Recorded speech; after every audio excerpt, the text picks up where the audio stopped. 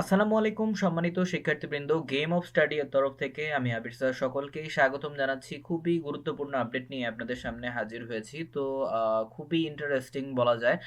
অর্থাৎ আপনাদের এই যে কারিকুলাম নিয়ে নতুন পরিকল্পনা কিন্তু করা হচ্ছে এবং হচ্ছে মানবিকের শিক্ষার্থীরাও মূলত হচ্ছে অর্থাৎ গ্রুপ চেঞ্জ থাকলেও গ্রুপ ওয়াইজ যে সাবজেক্টগুলো আছে সেটা হচ্ছে পছন্দের মতো করে স্টুডেন্টরা কিন্তু বাছাই করতে পারবে। অর্থাৎ এই যে মানবিকের শিক্ষার্থীরাও ফর এক্সাম্পল মানবিকের শিক্ষার্থীরাও পড়তে পারবেন হচ্ছে বিজ্ঞান এবং কমার্সের যে সাবজেক্টগুলো সেগুলো, ওকে?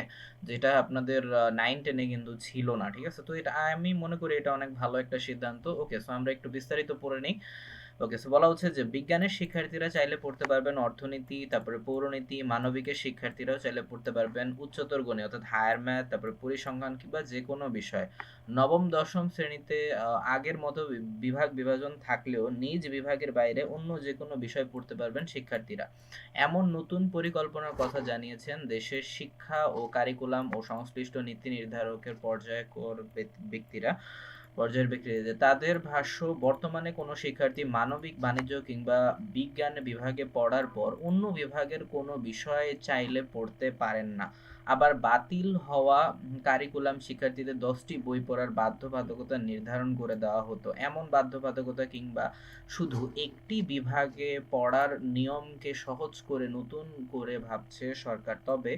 এই যে তবে তার জন্য শিক্ষা সংশ্লিষ্ট ব্যক্তিদের মতামত গ্রহণের কথা বলছে তারা। এই যে সম্প্রতি এসব বিষয়ে মতামত তুলে অন্তর্বর্তী সরকারের শিক্ষা উপদেষ্টা অধ্যাপক আহ ওয়াহিদউদ্দিন মাহমুদ সম্প্রতি এই যে 1 জানুয়ারি রাজধানী আন্তর্জাতিক মাতৃভাষা ইনস্টিটিউট একটি অনুষ্ঠানে এসব বিষয়ে কথা বলেন উপদেষ্টা।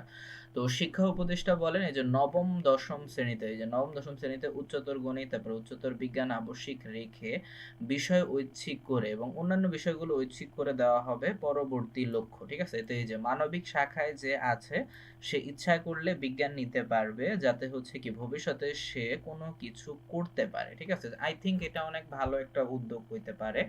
আর এছাড়াও আরো অনেক বিস্তারিত কিন্তু বলা হয়েছে। তো মেইন বিষয়টা হচ্ছে এখানেই, কারণ হচ্ছে অনেক সময় দেখা যায় যে অনেক স্টুডেন্ট এরকম আছে যে বিশেষ করে আর্টসের এক্সাম্পলে যদি আমি দেই, যেমন হচ্ছে আর্টসের অন্য সাবজেক্ট যদি কারোর পছন্দ যদি না হয়ে থাকে, অর্থাৎ ধরেন কেউ আর্টস নিছে বাট হচ্ছে আপনার ভূগোল এবং অর্থনীতি অনেক ভালো পারে, ইতিহাস পৌরনীতি তেমন একটা ভালো পারে না বা তেমন একটা ইন্টারেস্ট নেই, তো সেই ক্ষেত্রে হচ্ছে কি সে চাইলে সায়েন্সের কোনো সাবজেক্ট বা কমার্সের কোনো সাবজেক্ট চাইলে নিতে পারে। ঠিক সেম ভাবে কমার্সের স্টুডেন্টরাও চাইলে হচ্ছে সায়েন্সের যে কোনো গ্রুপ সাবজেক্ট কিন্তু নিতে পারে। তো আই থিঙ্ক এটা অনেক বেশি ভালো হয়। তো এখন দেখা যাক হচ্ছে এটা কত সাল নাগাদ করা হইতে পারে। কারণ এসএসসি 26 এবং হচ্ছে 27 পর্যন্ত কোনো ধরনের কোনো ঘোষণা তো হয়নি। তো ইনশাআল্লাহ বলা যেতে পারে যে এটা এসএসসি 28 ব্যাচের যারা স্টুডেন্ট আছে তাদের ক্ষেত্রে হয়তো হলেও হতে পারে। আই ডোন্ট নো নাকি 27 এর করা হবে বলতে পারা যাচ্ছে না এখন। তো আনুমানিক ডেট কিন্তু এখানে দেওয়া হয়নি। তো আপনাদের মত কি হইতে পারে এই ক্ষেত্রে? তো আপনাদের গুরুত্বপূর্ণ মতামতও জানতে চাচ্ছি, কমেন্ট করে জানাতে পারেন। ওকে, সো এই ছিল এখনকার নিয়মিত এবং গুরুত্বপূর্ণ আপডেট পেতে তাহলে হচ্ছে অবশ্যই চ্যানেলটিকে সাবস্ক্রাইব করতে ভুলবেন না। ইনশাআল্লাহ আমরা রেগুলার চেষ্টা করব যে এই ধরনের গুরুত্বপূর্ণ আপডেটগুলো আপনাদের সামনে দেওয়ার। ওকে, সো আল্লাহ